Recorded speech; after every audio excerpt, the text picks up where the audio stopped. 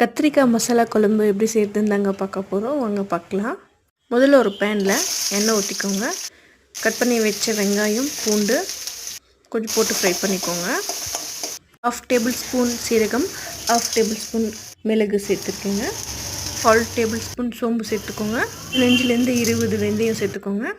இஞ்சி சேர்த்து நல்லா ஃப்ரை பண்ணிக்கோங்க.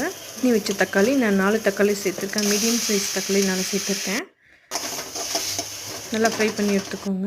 பண்ணி வச்ச தேங்காய், ஒரு கத்து கருவேப்பிலை, கொத்தமல்லி இலை போட்டு நல்லா ஃப்ரை பண்ணி எடுத்துக்கோங்க.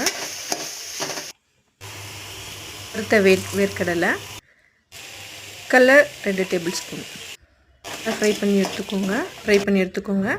இதை இப்போ ஒரு மிக்ஸி ஜாரில் சேர்த்து கசகசா, 2 பட்டை, 2 கிராம்பு எல்லாம் சின்னதாக போட்டிருக்கேன். நான் ஆப்ஷனல் தான், வேணான்னா நீங்கள் சேர்க்க வேணாம். தனியாக பொடி 1 டேபிள் ஸ்பூன் சேர்த்துருக்கேன். கொரகொரன்னு அரைச்சதுக்கப்புறம் இது சேர்த்துக்கோங்க. மசாலா 1 டேபிள் ஸ்பூன், மிளகாத்தூள் 1 table spoon, chilli powder 1/4 table spoon சேர்த்துருக்கேன்.